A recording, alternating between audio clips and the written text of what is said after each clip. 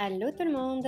Aujourd'hui, je vous ai fait un maquillage très léger, sans fond de teint, mais hyper tendance, avec des fards à paupières jaunes et un effet hyper lustré, très gloss.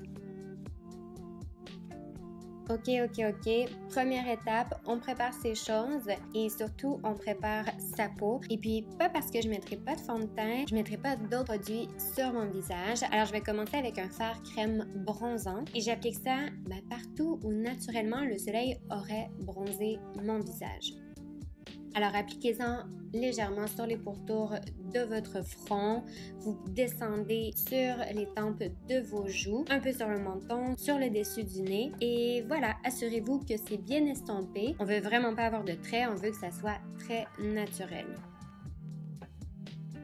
Ensuite, un peu de cacherne, mais j'ai fait avec un correcteur très léger, très hydratant, parce que je veux pas que ça paraisse trop que j'ai du correcteur. Je veux vraiment camoufler mes cernes tout en subtilité. Pour l'estomper, la chaleur de mes doigts va réchauffer le produit et ça va aider à donner un aspect plus naturel et à estomper super bien. Avec le peu de produit qui reste sur mes doigts, je tapote légèrement au coin externe.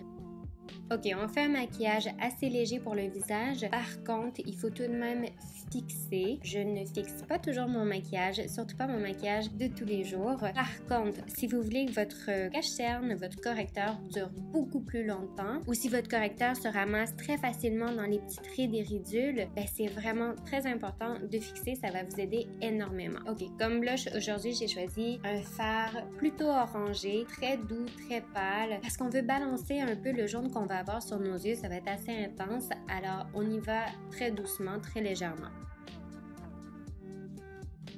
Ensuite, je passe aux sourcils et aujourd'hui, j'ai choisi un fard poudre. Alors, j'applique ça avec un pinceau à ongles et j'essaie de remplir les endroits où mes sourcils sont plus clairsemés. Ensuite, je les brosse parce que je veux que ça soit très naturel. Je veux pas avoir un effet de poudre sur mes sourcils, donc je veux juste avoir un sourcil légèrement plus fourni.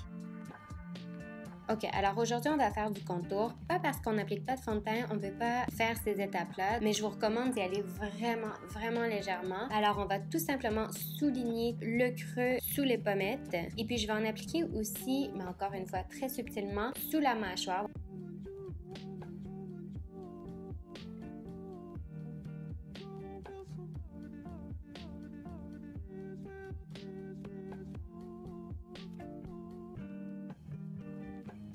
Avec un pinceau plat, j'applique un fard à paupières jaune mat et puis je prends un pinceau plat parce que ça va me donner beaucoup plus de pigmentation. Alors la couleur va être beaucoup plus intense et opaque. Alors j'en applique partout sur la paupière mobile, je remonte légèrement sur le creux de la paupière et puis ensuite, quand vous avez vraiment tracé la forme que vous aimez, vous pouvez estomper beaucoup plus facilement avec un pinceau pour estomper.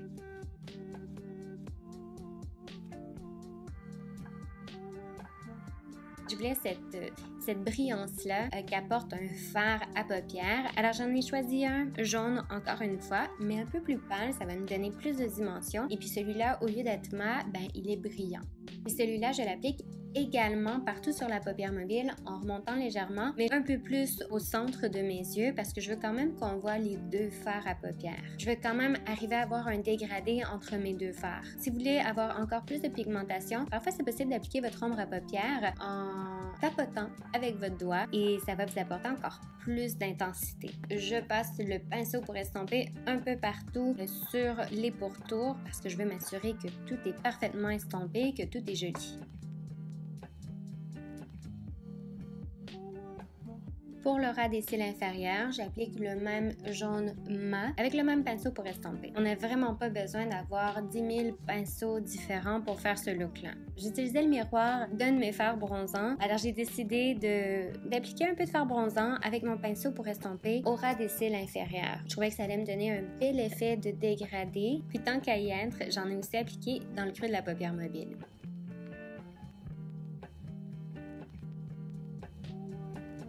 Ensuite, j'ai pris un crayon noir pour les yeux et puis je l'ai placé à la racine de mes cils supérieurs et un peu sur la ligne d'eau, mais seulement la ligne d'eau supérieure. J'ai estompé légèrement le crayon noir à la racine de mes cils et puis je l'ai étiré vers le coin externe de mes yeux.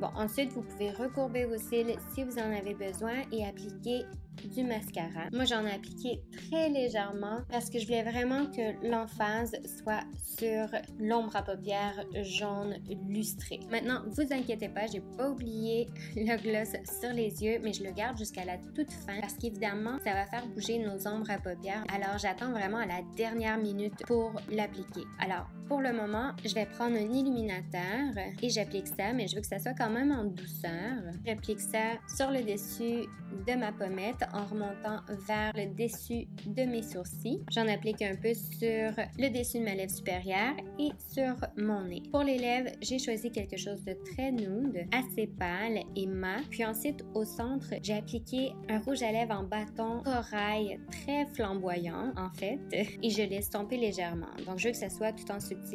Puis ensuite, par-dessus, vous pourriez prendre un gloss transparent, ça serait très joli. Puis maintenant, la dernière étape, alors j'ai pris un gloss transparent, puis je l'ai appliqué avec mes doigts en tapotant. Moi, ce que je vous recommande, c'est de ne pas prendre des glosses avec des brillants à l'intérieur. C'est moins conseillé sur les yeux. Par contre, un gloss transparent, ça peut très bien faire. Allez-y légèrement, appliquez-en pas trop. Soyez conscient que oui, vos fards à paupières vont bouger et se ramasser dans le creux de votre paupière mobile. C'est complètement normal, mais ça fait partie du style et c'est très joli quand même, en tout cas à mon avis. Et puis vous allez voir, c'est pas ce qu'il y a de plus confortable non plus, donc vous allez vraiment sentir le gloss sur vos paupières, mais écoutez, ça fait partie du look. Alors j'espère que vous avez aimé ce look-là. N'oubliez pas de vous abonner à ma chaîne, d'activer la clochette pour recevoir des notifications dès que j'ajoute une vidéo, de me laisser des commentaires et de faire like aussi si vous avez aimé. Alors merci, bye bye. Mouah.